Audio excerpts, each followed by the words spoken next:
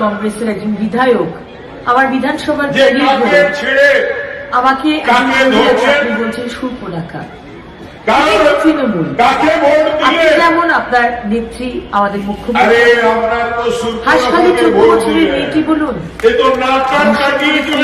হলো আপনারা বললেন পেটে ছিল এদিকে রাষ্ট্রপতি মহামহিম রাষ্ট্রপতি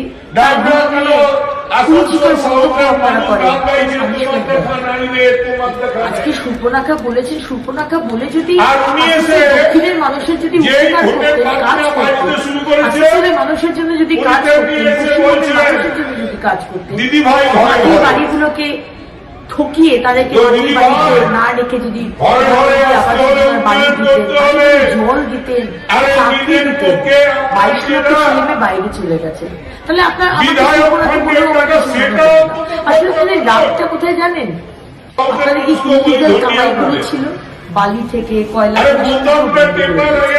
আরো বন্ধ করুন সুতরাং আপনি আপনাদের কাছে আমাকে জবাবদিহি করতে হবে জবাবদিহি করবো আমার কাজে দক্ষিণের মানুষ আপনারা 15 বছর কি আপনাদের রিপোর্ট কি বলে বাংলার মানুষের কাছে রাখুন আর কয়েকদিনের আমার আছে দক্ষিণের মানুষের সামনে আমি